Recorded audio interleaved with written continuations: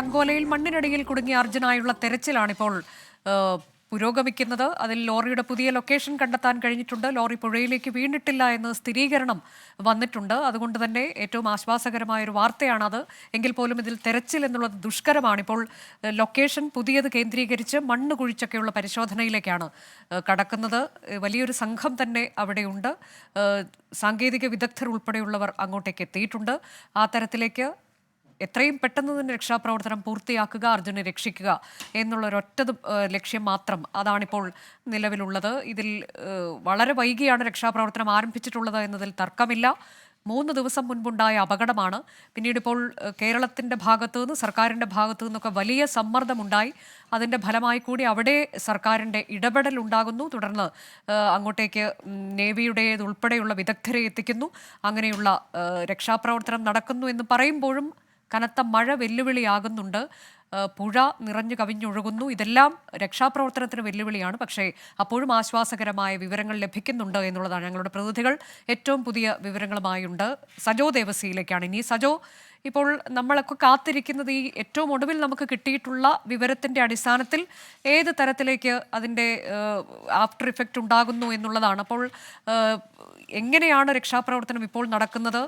ഒരലംഭാവവും ഇല്ലാതെ തന്നെ, അത് മഴയൊന്നും വകവയ്ക്കാതെ തന്നെ നടക്കുന്നുണ്ട് എന്ന് നമുക്ക് ഉറപ്പിക്കാമല്ലോ, അല്ലേ?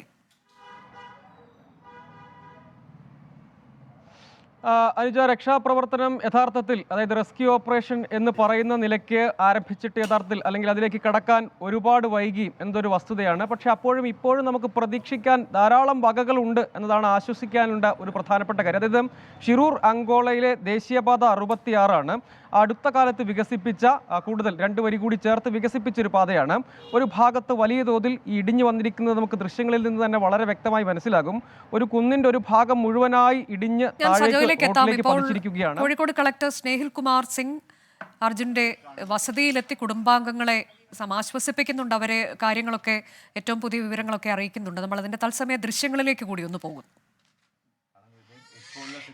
വളരെ പ്രശ്നമുള്ള അവിടേക്ക് ഒന്നും ഓപ്പറേഷൻ ചെയ്യാൻ പറ്റില്ല. കുറച്ച് മാറ്റിന് അതെ എങ്ങനെ കിട്ടിയത് വീഡിയോ? അത് അവിടുന്ന് പോകുന്ന ഡ്രൈവർക്ക് ഈ സംഭവം നടക്കുമ്പോൾ അവിടെയുള്ള മറ്റേ ഡ്രൈവർ വീഡിയോ എടുത്തിട്ട് അയച്ചു കൊടുക്കാം. കുറച്ച് തമിഴ് ആളുണ്ടായിരുന്നു അവിടെ, അത് ഡ്രൈവർമാരുണ്ട്. അതാണ് നമ്മുടെ ആയിട്ടുള്ള ഇൻഫർമേഷൻ. ബാക്കി ലോറി ഡ്രൈവർ ഉണ്ടായിരുന്നു.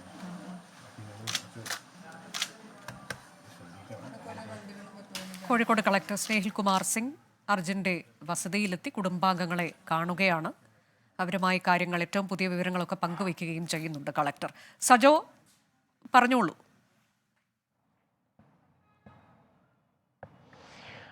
അനുജ, നേരത്തെ പറഞ്ഞതുപോലെ തന്നെ ഇത് ഒരു ഭാഗത്ത് നദിയാണ്. ദേശീയപാത 66 ഷിരൂർ അങ്കോലയിലെ. ഈ അടുത്ത കാലത്ത് വികസിപ്പിച്ചതാണ്. വലിയ ഈ ദൃശ്യങ്ങളിൽ കാണാം, ഒരു കുന്ന് അപ്പാടെ തന്നെ ഒരു ഭാഗം തന്നെ അടർന്ന് താഴേക്ക് പതിച്ചിട്ടുണ്ട്. അതുകൊണ്ട് മണ്ണ് ഇപ്പോൾ ഒരു കാര്യം, അതായത് ഏറെക്കുറെ നമുക്ക് പ്രതീക്ഷയ്ക്ക് വകയുള്ള ഒരു കാര്യം, തുടക്കത്തിൽ തന്നെ ഒരു സംഘം നദിയിൽ കാര്യമായി പരിശോധന നടത്തിയിരുന്നു. ഒരു നിഗമനത്തിലേക്ക് അവർ എത്തിച്ചേർന്നിട്ടുണ്ട്. ഈ വാഹനം നദിയിലേക്ക് ഒരുപക്ഷെ പോയിരിക്കാം എന്നൊരു നിഗമനം ഉണ്ടായിരുന്നു. ലോറി നദിയിലേക്ക് വീണിരിക്കാമെന്നത്. ആ കാര്യത്തിൽ ഒരു നിഗമനത്തിലേക്ക് എത്തിച്ചേർന്നിരിക്കുന്നു. അങ്ങോട്ടേക്ക് പതിച്ചിട്ടില്ല. അവിടെ ഇനിയിപ്പോൾ കൂടുതൽ തെരച്ചിലിൻ്റെ ആവശ്യമില്ല എന്നൊരു നിഗമനത്തിലേക്ക് എത്തി. അത് പൂർണ്ണമായും അവസാനിപ്പിച്ചിട്ടില്ല. ഇനിയിപ്പോൾ ചെയ്യാൻ കഴിയുക ഈ 2 സാധ്യതകളാണ്. ഒന്ന്, GPS ലൊക്കേഷൻ ഏറെക്കുറെ തുടർച്ചയായി ട്രാക്ക് ചെയ്ത് ഏറ്റവും ഒടുവിൽ കിട്ടിയ ഒരു ട്രാക്ക് ഉണ്ട്, ഒരു ലൊക്കേഷൻ ഉണ്ട്. ഒപ്പം മെറ്റൽ ഡിറ്റക്ടറൊക്കെ ഉപയോഗിച്ച് ഇതിനകം നടത്തിയ ഏറെക്കുറെ ഏത് ഭാഗത്തായിരിക്കാം ലോറി ഉണ്ടായിരിക്കുക എന്നത് സംബന്ധിച്ചൊരു നിഗമനത്തിലേക്ക് എത്തിയിട്ടുണ്ട്. ഇപ്പോൾ ചെയ്തുകൊണ്ടിരിക്കുന്നത് 15-20ഓളം മണ്ണുമാന്തി യന്ത്രങ്ങൾ ഇരുഭാഗത്തു നിന്നുമായി മണ്ണ് നീക്കം ചെയ്ത് ലോറിയുടെ അടുത്തേക്ക്, സമീപത്തേക്ക് എത്തുക എന്നതാണ്. യഥാർത്ഥത്തിൽ ഈ വാഹനം വ്യാഴാഴ്ച വരെ ഓണായിരുന്നു. ചൊവ്വാഴ്ച പുലർച്ചെയാണ് അർജുൻ അവസാനമായി വീട്ടിലേക്ക് വിളിക്കുന്നത്. അപ്പോൾ സമയം എത്ര പിന്നിട്ടിരിക്കാം. ആദ്യഘട്ടത്തിൽ ആ ഗതാഗതം പുനഃസ്ഥാപിക്കുന്നതിന് വേണ്ടി താഴ്ഭാഗത്ത് ചില മണ്ണ് നീക്കലും മാത്രമായിരുന്നു. അതായത് രക്ഷാപ്രവർത്തനം ഉണ്ടായിരുന്നില്ല എന്നതാണ് യഥാർത്ഥത്തിൽ സംഭവിച്ചൊരു കാര്യം. ഇനിയിപ്പോൾ ഒരുപാട് ഇരുട്ടിക്കഴിഞ്ഞാൽ കൂടുതൽ പ്രയാസങ്ങൾ ഉണ്ടാകും. ഒരു 2-3 മണിക്കൂർ കൊണ്ട് വളരെ വേഗത്തിൽ തന്നെ ഈ മണ്ണ് നീക്കം ചെയ്തുകൊണ്ട് ഈ വാഹനത്തിൻ്റെ പരമാവധി അടുത്തേക്ക് എത്താൻ കഴിയും എന്നൊരു പ്രതീക്ഷയാണുള്ളത്. അതേസമയം ഇതിനകത്തൊരു പ്രതിസന്ധിയാകുന്ന ഒരു പ്രധാനപ്പെട്ട കാര്യം, നേരത്തെ ആദ്യഘട്ടത്തിൽ കാലാവസ്ഥ വലിയ തോതിൽ പ്രതികൂലമായിരുന്നു. എന്ന് മാത്രമല്ല, തുടക്കത്തിൽ നമുക്ക് ഈ ദൃശ്യങ്ങളിലൊക്കെ കാണാം, വലിയ തോതിൽ വെള്ളം ഈ കുന്നിൻ്റെ മുകളിൽ നിന്ന് ഒലിച്ച്, ധാരാളമായി വലിയ അളവിലുള്ള വെള്ളം ഒലിച്ച് താഴേക്കൊക്കെ ഇറങ്ങുന്നുണ്ട്. അതാണ് ഈ മണ്ണൊക്കെ നീക്കം ചെയ്യുമ്പോൾ ഉണ്ടാകുന്ന ഒരു പ്രധാനപ്പെട്ട പ്രതിസന്ധിയായി അവിടുത്തെ രക്ഷാപ്രവർത്തകരിൽ നിന്ന് നമ്മൾ മനസ്സിലാക്കുന്നത്. പക്ഷേ ഇനിയിപ്പോൾ അതിനുശേഷം വലിയ തോതിലുള്ള ഇടപെടലുകൾക്കൊക്കെ ശേഷം കാര്യമായ രക്ഷാപ്രവർത്തകരുടെ സാന്നിധ്യമുണ്ട്, NDRF ഉണ്ട്, നേവിയും ടീം അങ്ങോട്ടേക്ക് എത്തിയിട്ടുണ്ട്. അപ്പോൾ ഇങ്ങനെയുള്ള ഒരു സാധ്യതകൾ അവിടെ വന്നിട്ടുണ്ട്. അപ്പം കൂടുതൽ വേഗത്തിൽ ഈ മണ്ണ് നീക്കം ചെയ്യുക എന്നത് മാത്രമാണ് ഇനിയിപ്പോൾ പ്രായോഗികമായി ചെയ്യാൻ കഴിയുന്ന ഒരു കാര്യം. അത് വളരെ വേഗത്തിൽ തന്നെ ഈ ഭാഗത്തേക്ക്, അതായത് രണ്ട് ഭാഗത്തിൽ നിന്നും സുരക്ഷിതമായി ഈ മണ്ണ് നീക്കം ചെയ്യുക കൂടി വേണം. അതായത് ഈ ലൊക്കേഷൻ ഏറെക്കുറെ ട്രാക്ക് ചെയ്തിട്ടുണ്ട്. അതിൻ്റെ ഇരുഭാഗങ്ങളിൽ നിന്നും വളരെ സുരക്ഷിതമായി മണ്ണ് നീക്കം ചെയ്യണം. അങ്ങനെയെങ്കിൽ മാത്രമേ നമുക്ക് ഈ സുരക്ഷിതമായി രക്ഷാപ്രവർത്തനം നമ്മൾ പ്രതീക്ഷിക്കുന്നത് പോലെ, നമ്മൾ ആഗ്രഹിക്കുന്നത് പോലെ ഫലപ്രദമായി നടപ്പാക്കാൻ കഴിയുകയുള്ളൂ. വൈകി എന്നത് ഇനിയിപ്പോൾ അത്തരം കാര്യങ്ങളെക്കുറിച്ച് ഇനി പരാമർശിച്ചിട്ട് കാര്യമില്ലാത്തതുകൊണ്ടും കൂടുതൽ വേഗത്തിൽ കൂടുതൽ മണ്ണിമാന്തി യന്ത്രങ്ങൾ ഉപയോഗിച്ച് ഇരുവശത്തു നിന്നും മണ്ണ് മാറ്റുക എന്നതാണ്. പക്ഷേ വലിയ അളവിലുള്ള മണ്ണാണ് ഈ ഭാഗത്തേക്ക് പതിച്ചിരിക്കുന്നത്. ഏതെങ്കിലും തരത്തിൽ ഈ നിർമ്മാണ പ്രവർത്തനമൊക്കെ നടക്കുന്ന സമയത്ത് സാധാരണ ഇത്തരം വലിയ ഉയരത്തിൽ നിന്ന് മണ്ണ് നീക്കം ചെയ്യുമ്പോൾ കോൺക്രീറ്റ് നെയിലിംഗ് ഒക്കെ നടത്തുന്നതാണ്. അങ്ങനെ ഒരു നെയിലിംഗ് ഒന്നും ഇവിടെ ഉണ്ടായിരുന്നില്ല. അതായത് ഏതെങ്കിലും നിലയ്ക്ക് ഒരു ഡ്രസ് വർക്കോ കോൺക്രീറ്റ് നെയിലിങ്ങോ ഒക്കെ ചെയ്ത് ആ ഭാഗം ഒന്ന് ഒരു തടസ്സമൊക്കെ ഉണ്ടാക്കി വെക്കുന്നതാണ്. അതൊരു ഉറച്ച അവിടെ ഇരിക്കുന്നതിന് വേണ്ടി ചെയ്യുന്നതാണ്. പക്ഷേ ഇവിടെ അത് നടന്നിട്ടില്ല. കരാർ കമ്പനി ഈ നിലയ്ക്കുള്ള എന്തെങ്കിലും ഒരു പ്രവർത്തനം അവിടെ ചെയ്തിട്ടില്ല എന്ന് അവിടെയുള്ള പ്രാദേശിക ആളുകളിൽ നിന്ന് നമ്മൾ മനസ്സിലാക്കുന്നു. അതൊരു പ്രധാനപ്പെട്ട പ്രതിസന്ധി. അതാണ് ഈ ഇത്ര വലിയ മണ്ണ് അപ്പാടെ ഒരു മലയുടെ ഒരു ഭാഗം തന്നെ അടർന്ന് താഴേക്ക് പതിക്കുന്നു. മറ്റൊന്ന്, വലിയ തോതിൽ വെള്ളച്ചാട്ടം വരുന്നത് പോലെ തന്നെ വലിയ വെള്ളം മുകളിൽ നിന്നൊക്കെ കുത്തിയൊലിച്ച് താഴേക്ക് എത്തുന്നുണ്ട്. ഇതൊക്കെ വെല്ലുവിളിയാകുന്നുണ്ട്.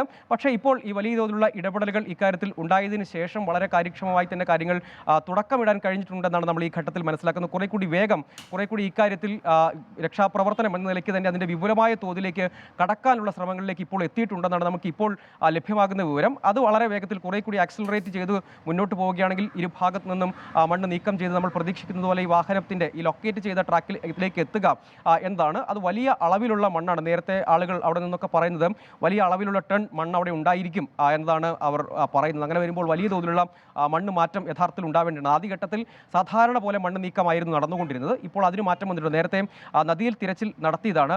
ഡൈവിംഗ് ടീമും മറ്റും അവിടെ എത്തി അവർ കാര്യമായി തന്നെ തിരച്ചിലിലേക്കൊക്കെ പോയതാണ്. ആ ഘട്ടത്തിൽ അങ്ങനെ ഒരു സാധ്യത നിരാകരിക്കുകയാണ്. മറ്റൊന്ന്, ഈ ലൊക്കേഷനും വ്യത്യസ്തമായ ഒരു സ്ഥലത്താണ്. കാരണം നദിയുടെ ഭാഗത്ത് നിന്നല്ല ഈ ലൊക്കേഷൻ കിട്ടിയിരിക്കുന്നത്. GPS ലൊക്കേഷനുണ്ട്. പിന്നെ ഡിറ്റക്ടർ ഉപയോഗിച്ച് കൂടുതൽ വാഹനങ്ങൾ, അതിൻ്റെ വാഹനം മാത്രമായിരുന്നില്ല യഥാർത്ഥത്തിൽ അതിനടിയിൽ പെട്ടത് എന്നതും ഒരു അക്കാര്യത്തിൽ കുറച്ചൊരു കൺഫ്യൂഷനൊക്കെ ഉണ്ടാക്കിയിരുന്നെങ്കിൽ പോലും ഏറെക്കുറെ ഈ വാഹനങ്ങളൊക്കെ ഒരുമിച്ചുണ്ടായിരുന്നു. അപ്പോൾ അർജുൻ ഉൾപ്പെട്ടിരിക്കുന്ന വാഹനം ഈ മണ്ണിനടിയിൽ തന്നെയാണെന്നൊരു പ്രാഥമികമായ നിഗമനമുണ്ട്. ഇനിയിപ്പോൾ ഈ വളരെ വേഗത്തിൽ കുറേയധികം മണ്ണുമാന്തി യന്ത്രങ്ങളെ എത്തിച്ച് ഈ മണ്ണ് ഇരുഭാഗത്തു നിന്നും സുരക്ഷിതമായി നീക്കുക, അങ്ങനെ അർജുനെ തിരികെ കൊണ്ടുവരാൻ കഴിയും എന്നൊരു ആത്മവിശ്വാസം, പ്രതീക്ഷ നമുക്കുണ്ട്. അത് അവിടെ നടക്കുകയും ചെയ്യുന്നത്. അത് കുറെ കൂടി വേഗത്തിൽ നടക്കണം. കാരണം ഇരുട്ടാകുന്നതിന് മുൻപൊക്കെ ഒരു 2-3 മണിക്കൂർ കൊണ്ട് പരമാവധി മണ്ണ് നീക്കം ചെയ്യുകയാണെങ്കിൽ നമ്മൾ പ്രതീക്ഷിക്കുന്ന ശുഭവാർത്തയിലേക്ക് എത്താൻ കഴിയും എന്ന് ഈ ഘട്ടത്തിൽ കരുതണം.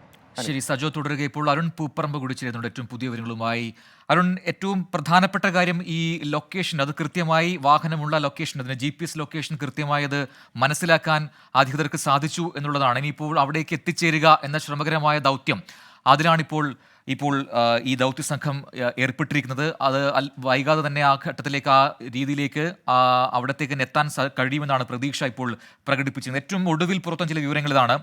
ഇപ്പോൾ ജില്ലാ കളക്ടർ, ഉത്തര കന്നഡ ജില്ലാ കളക്ടർ അറിയിച്ച കാര്യങ്ങളനുസരിച്ച് GPS ലൊക്കേഷൻ കേന്ദ്രീകരിച്ചൊപ്പം പുഴയിലും തെരച്ചിൽ നടത്തുന്നുണ്ട് എന്നാണ്. പക്ഷേ ഈ വാഹനത്തിൻ്റെ ഏറ്റവും ഒടുവിൽ ലഭിച്ച GPS ലൊക്കേഷനും മൊബൈൽ ഫോൺ റിംഗ് ചെയ്തതൊക്കെ നോക്കുകയാണെങ്കിൽ നദിയിലേക്ക് വാഹനം പോയിട്ടില്ല എന്ന് ഏറെക്കുറെ അനുമാനിക്കുന്നുണ്ട്. അങ്ങനെയെങ്കിൽ മണ്ണിനടിയിൽ തന്നെയാണ് വാഹനം ഇപ്പോഴും ഉള്ളത് എന്ന് കരുതുന്നു. അങ്ങനെ അതുകൊണ്ടാണ് 2 രീതിയിലുള്ള അന്വേഷണം, തെരച്ചിലൊക്കെ ഇപ്പോൾ നടക്കുന്നത്.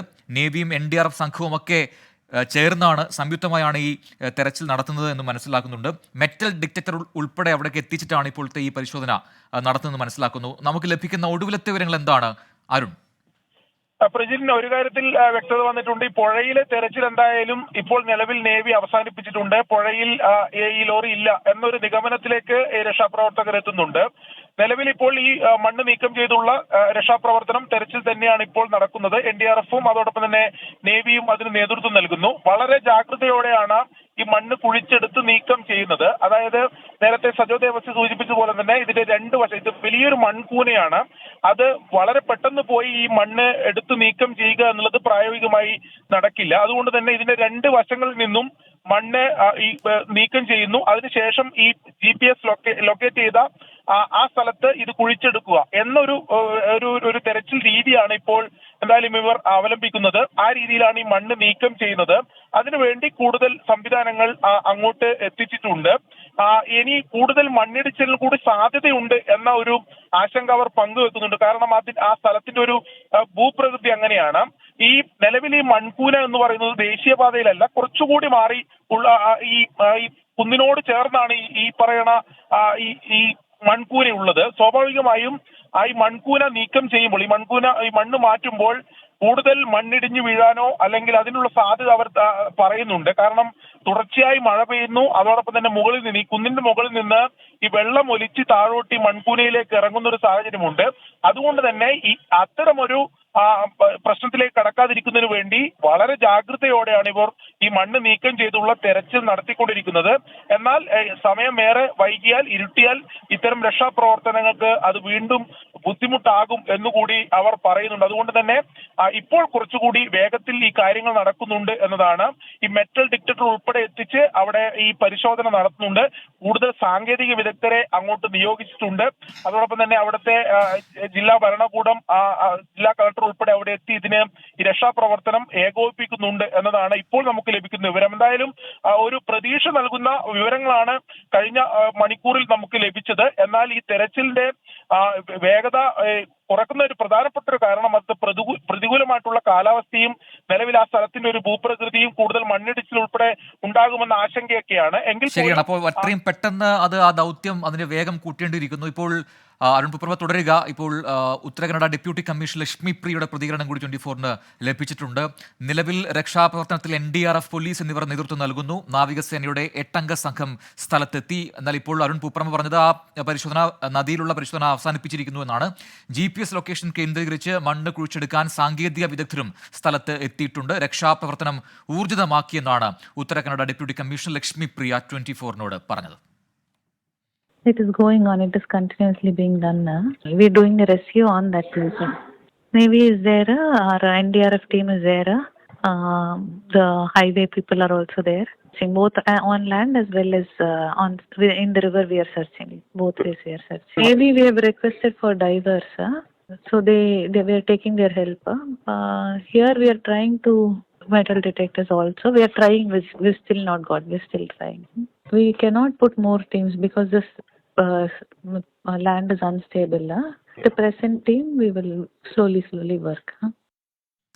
ഉത്തര കന്നഡ ഡെപ്യൂട്ടി കമ്മീഷണർ ലക്ഷ്മി പ്രിയയുടെ പ്രതികരണമാണ്. നിലവിൽ രക്ഷാപ്രവർത്തനം നടത്തുന്നു. NDRFും പോലീസും ഉൾപ്പെടെയുള്ള സംഘം അവിടെ ഉണ്ട് എന്ന് പറയുന്നു.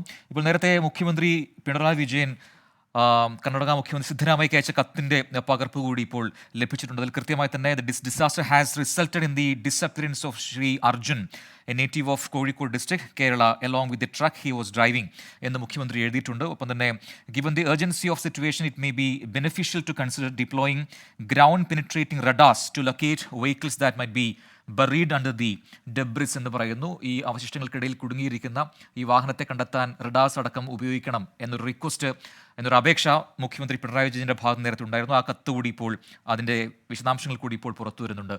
അരുൺ പൂപ്പറമ്പ ഒപ്പം സജോ ദേവസ്യം തുടരുന്നുണ്ട്. സജോ, നമുക്ക് ലഭിക്കുന്ന വിവരമനുസരിച്ച് ഇപ്പോൾ അരുൺ പൂപ്പറമ്പ അവിടെ നൽകുന്ന വിവരം നദിയിലുള്ള പരിശോധന, തെരച്ചിൽ ഇപ്പോൾ നിർത്തിയിട്ടുണ്ട്. വാഹനങ്ങൾ നദിയിലേക്ക് പോയിട്ടില്ല എന്ന് ഏറെക്കുറെ ഉറപ്പിക്കുന്നുണ്ട് അവിടുത്തെ ദൗത്യസംഘം. അതുകൊണ്ട് തന്നെ ഇനിയിപ്പോൾ തെരച്ചിൽ ഈ മണ്ണിനടിയിൽ തന്നെയാണ്.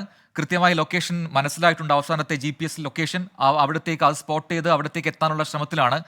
പ്രതിസന്ധി ഇനി മുന്നിലുള്ളത് ഒന്ന് മഴ, അവിടെ കോടയുണ്ട്, വിസിബിലിറ്റി കുറയുന്നുണ്ട്, വൈകുന്നേരമാവുന്നു, രാത്രിക്ക് മുൻപ് അവിടേക്ക് എത്തേണ്ടതുണ്ട് എന്നതാണ് പ്രതിസന്ധി. അപ്പോൾ മറ്റെന്തെങ്കിലും സംവിധാനങ്ങൾ ഇനി ഉപയോഗിക്കേണ്ടതായിട്ടുണ്ടോ?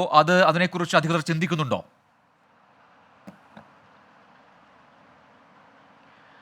പ്രജിൻ, ഏറ്റവും പ്രധാനമായും ഉള്ളത് ഈ കാര്യത്തിൽ നമുക്ക് പ്രതീക്ഷയ്ക്ക് വകയുള്ള ധാരാളം കാര്യങ്ങൾ അവശേഷിക്കുമ്പോൾ തന്നെയും ദുഷ്കരമായ, അങ്ങേയറ്റം ശ്രമകരമായ രക്ഷാദൗത്യമാണെന്ന കാര്യത്തിൽ തർക്കമില്ല.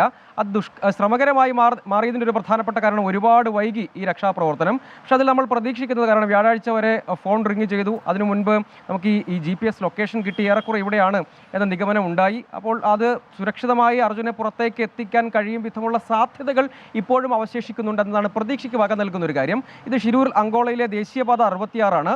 ഇപ്പോൾ വികസിപ്പിച്ചതാണ്, ഒരു 2 വരി കൂടി ഇപ്പോൾ വികസിപ്പിച്ചതാണ്. അതിൻ്റെ മലയുടെ ഒരു ഒരു ഭാഗമാണ് യഥാർത്ഥത്തിൽ ഉയർന്ന ഒരു മലയാണ്. അതിന് മുകളിൽ മഴയുടെ മുകളിൽ, അതായത് മണ്ണെടുത്തതിൻ്റെ ഒരു ഭാഗത്തും അതിശക്തമായ മഴ മുകളിൽ ലഭ്യമാകുന്നുണ്ട്. വലിയ തോതിൽ വെള്ളം ഒലിച്ച് താഴേക്ക് ഇറങ്ങുന്നുണ്ട്. വലിയ മൺകൂരയാണ്. അതിൽ നമുക്ക് പ്രതീക്ഷയ്ക്ക് വകയുള്ള കാര്യം കൃത്യമായ GPS ലൊക്കേഷൻ കിട്ടിയിട്ടുണ്ട്. ഏറെക്കുറെ അത് സ്ഥിരീകരിക്കാം. ലൊക്കേഷനിൽ നിന്ന് തന്നെ കൂടുതൽ ടെക്നോളജി, കൂടുതൽ സാധ്യതകൾ പ്രയോഗിക്കാൻ കഴിയും. അതിൽ എത്രത്തോളം മുന്നോട്ട് പോകാനായിട്ടുണ്ട് എന്ന കാര്യത്തിൽ പരിപൂർണ്ണ വ്യക്തത വന്നിട്ടില്ല. പക്ഷേ അവിടെയുള്ള ചുമതലയുള്ള കളക്ടറും അവരുടെ ഉദ്യോഗസ്ഥരിൽ നിന്നും ഒക്കെ നമുക്ക് ഇപ്പോൾ ലഭ്യമാകുന്ന അവരുടെ പ്രതികരണത്തിൽ നിന്ന് ഇപ്പോൾ മനസ്സിലാക്കുന്നത് മെറ്റൽ ഡിറ്റക്ടർ അടക്കമുള്ള ഇത് ഏറെക്കുറെ ഒരു സൂചന, ഏറെക്കുറെ അതിൻ്റെ ഒരു ജിയോഗ്രാഫിക്കൽ ലൊക്കേഷൻ എവിടെയാണ്, ഈ വാഹനം കുടുങ്ങിക്കിടക്കുന്ന ലൊക്കേഷൻ എവിടെയാണ് എന്ന് ഏറെക്കുറെ ഒരു വ്യക്തത വന്നിട്ടുണ്ട്. ആ ഭാഗത്തേക്ക് എത്തണം. പക്ഷേ ആ ഭാഗത്തേക്ക് എത്തണമെങ്കിൽ ഇരുഭാഗത്തു നിന്നും വലിയ ഉയർന്ന അളവിലുള്ള മണ്ണാണ്. ഒരു മലയുടെ ഒരു ഭാഗം തന്നെയാണ് താഴേക്ക് ചെത്തി താഴേക്ക് വീഴും പോലെ ഇങ്ങ് മറിഞ്ഞു വന്നിരിക്കുന്നത്. അത്രയും വലിയ അളവിലുള്ള മണ്ണാണ്. ഇനിയിപ്പോൾ ആ നദിയിലെ നേരെ തൊട്ടു താഴെ നദിയാണ്. നദിയിൽ ഡൈവേഴ്സ് എത്തി, നേവിയുടെ ഡൈവേഴ്സും മറ്റും എത്തി അവർ പരിശോധന നടത്തിയിരുന്നു. ഏറെക്കുറെ പ്രാഥമികമായ ഒരു നിഗമനം വാഹനം നദിയിലേക്ക് പതിച്ചിട്ടുണ്ടാവില്ല, മണ്ണിനടിയിൽ തന്നെ. അത് ലൊക്കേഷനും ഒപ്പം അവരുടെ പരിശോധനയിലും കണ്ടെത്താൻ കഴിഞ്ഞില്ല. മറ്റൊന്ന് ലൊക്കേഷൻ ഈ മണ്ണിനടിയിൽ തന്നെയാണ്. അതാണ് ആ മേഖല കേന്ദ്രീകരിച്ച് തന്നെ പോകണം. ആദ്യഘട്ടത്തിൽ കാര്യമായ മണ്ണുമാന്തി യന്ത്രങ്ങളുടെ സാന്നിധ്യം ഉണ്ടായിരുന്നില്ല. കാരണം ആദ്യഘട്ടത്തിൽ അവർ പാതയിലെ ബ്ലോക്കും മറ്റും നീക്കാനുള്ള ശ്രമത്തിലും മറ്റുമായിരുന്നു. അതാണ് നേരത്തെ വിമർശനങ്ങൾക്കിടയാക്കിയതും പിന്നീട് എല്ലാവരും ഒരുമിച്ച് ആ രക്ഷാപ്രവർത്തനത്തിന് വേണ്ടിയുള്ള ആവശ്യങ്ങൾ ഉന്നയിച്ചതും അതിനുശേഷം കുറേക്കൂടെ അതിന് വേഗത കൈവന്നിട്ടുണ്ട്. ഇനിയിപ്പോൾ ഇരുഭാഗത്തു നിന്നും വളരെ സുരക്ഷിതമായി ഈ മണ്ണ് നീക്കം ചെയ്യുക, കൂടുതൽ മണ്ണുമാന്തിയ യന്ത്രങ്ങളും ടിപ്പറുകളും ഒക്കെ ഉപയോഗിച്ച് അവിടെ നിന്ന് മണ്ണ് നീക്കം ചെയ്യുക എന്നതാണ്. അപ്പോഴും മറ്റൊരു സാധ്യത, കൂടുതൽ മണ്ണിടിച്ചിൽ സാധ്യത വിദഗ്ധർ പറയുന്നുണ്ട്. ഈ ദുരന്ത നിവാരണ വിദഗ്ധരടക്കം പറയുമ്പോൾ അവിടുത്തെ ഒരു സ്വഭാവം, മണ്ണിൻ്റെ സ്വഭാവം, ആ ഭൂമിയുടെ ഒരു ഘടന, ഒപ്പം അവിടെ ഇത് റോഡ് നിർമ്മിച്ചിരിക്കുന്ന രീതി, മണ്ണെടുത്തിരിക്കുന്ന രീതിയൊക്കെ കൂടുതൽ മണ്ണിടിച്ചിലിന് സാധ്യത ഉണ്ടാക്കുന്നുണ്ട്. അത് എടുത്തിരിക്കുന്ന രീതി എന്നത് മാത്രമല്ല, വലിയ തോതിൽ ഈ വെള്ളം ഒലിച്ചിറങ്ങുന്നുണ്ട്. പക്ഷേ ഇതൊക്കെ ആയിരിക്കുമ്പോഴും പ്രതീക്ഷയ്ക്ക് ധാരാളം വകയുണ്ട്. കൂടുതൽ വേഗത്തിൽ ഇരുഭാഗത്തു നിന്നും, എല്ലാ ഭാഗത്തു നിന്നും, അതായത് ഏതൊക്കെ സ്ഥലത്ത് മണ്ണുമാന്തി യന്ത്രങ്ങൾ എത്തിച്ച് സുരക്ഷിതമായി മണ്ണ് നീക്കം ചെയ്യാമോ അത്രയും വേഗത്തിൽ ഈ പ്രവർത്തനങ്ങൾ നടന്നാൽ നമുക്ക് കൂടുതൽ പ്രതീക്ഷ നൽകും. നമ്മൾ പ്രതീക്ഷിക്കുന്ന ശുഭകരമായ വാർത്തയിലേക്ക് എത്താൻ കഴിയും. ഇതിനകം നമുക്ക് നമ്മുടെ മുൻപിൽ പല സാധ്യതകളുണ്ട്. കാരണം ഫോൺ ഓഫായത്, ഈ വണ്ടി ഓഫായത്, ഇതടക്കമുള്ള കാര്യങ്ങളുണ്ട്. അപ്പോൾ അത് നമുക്ക് പ്രതീക്ഷയ്ക്ക് വക നൽകുന്ന കാര്യങ്ങളൊക്കെയാണ്. ആ ലൊക്കേഷൻ നമുക്ക് കിട്ടിയത് ഇതൊക്കെ പ്രതീക്ഷയ്ക്ക് വക നൽകുന്നതാണ്. ഇനി കൂടുതൽ വേഗത്തിൽ വളരെ സുരക്ഷിതമായി, കാരണം സുരക്ഷിതമായി തന്നെ ഈ വാഹനം പുറത്തേക്ക് എത്തിക്കേണ്ടതുണ്ട് എന്നതാണ് ഒരു പ്രധാനപ്പെട്ട കാര്യം. പക്ഷേ മറ്റൊരു കാര്യം എന്നുള്ളത്, ഇനിയിപ്പോൾ ഏറെക്കുറെ ഒരു 3 മണിക്കൂറിനകമെങ്കിലും ഈ വളരെ വേഗത്തിൽ ഈ നമ്മൾ GPS ലൊക്കേഷൻ കിട്ടിയ സ്ഥലത്തേക്ക് ഈ മണ്ണ് നീക്കുന്നത് പരമാവധി വേഗത്തിൽ എത്തണം. അല്ലെങ്കിൽ രാത്രിയോടുകൂടി കൂടുതൽ ദുഷ്കരമാവും. പക്ഷേ ഇപ്പോൾ അവിടെയുള്ള ഉദ്യോഗസ്ഥരും മറ്റുമൊക്കെ അറിയിക്കുന്നത് കൂടുതൽ സാധ്യതകൾ, കൂടുതൽ ടെക്നോളജിയൊക്കെ ഉപയോഗിച്ച് അവിടെ ശക്തമായ മഴയുണ്ട്, മൂടൽമഞ്ഞുണ്ട്. പക്ഷേ കൂടുതൽ ലൈറ്റിൻ്റെയും സാധ്യതകളൊക്കെ പ്രയോജനപ്പെടുത്തി രാത്രിയിലും ഈ രക്ഷാപ്രവർത്തനം, ഈ റെസ്ക്യൂ ഓപ്പറേഷൻ മുന്നോട്ട് തന്നെ കൊണ്ടുപോകുമെന്ന് അവർ അറിയിക്കുന്നുണ്ട്. അത് ആശ്വാസകരമായ കാര്യം. പക്ഷേ ഈ സാധ്യതയാണ് ഇപ്പോൾ ഉള്ളത്. ഈ മണ്ണ് നീക്കുക പരമാവധി വേഗത്തിൽ ഇത്ര ഉയർന്ന അളവിലായതുകൊണ്ട് അത് ശ്രമകരമായ ദൗത്യമാകുന്നുണ്ട്. പക്ഷേ അപ്പോഴും നമുക്ക് പ്രതീക്ഷിക്കാൻ ധാരാളം വക ഇക്കാര്യത്തിൽ അവശേഷിക്കുന്നുണ്ട്. വെല്ലുവിളികൾ അനവധി ഉണ്ട് എങ്കിൽ കൂടിയും. ശരി സാജു, എന്തായാലും വാഹനത്തിന്റെ കൃത്യമായ ലൊക്കേഷൻ സ്പോട്ട് ചെയ്യാൻ കഴിഞ്ഞിട്ടുണ്ട്. അവിടേക്ക് എത്താനുള്ള പരിശ്രമത്തിലാണ് ഇപ്പോൾ ദൗത്യ സംഘം. അല്പസമയത്തിനകം തന്നെ അവിടേക്ക് എത്തുമെന്ന പ്രതീക്ഷയിലാണ് അവർ മുന്നേറുന്നത്. വൈകിട്ടാകുന്നു, രാത്രിയാവുന്നതിന് മുമ്പേ തന്നെ ആ കൃത്യമായ സ്പോട്ടിലേക്ക് എത്തിച്ചേരാൻ കഴിയണം എന്ന രീതിയിൽ തന്നെയാണ് ഇപ്പോൾ ദൗത്യ സംഘം മുന്നോട്ട് പോകുന്നത്.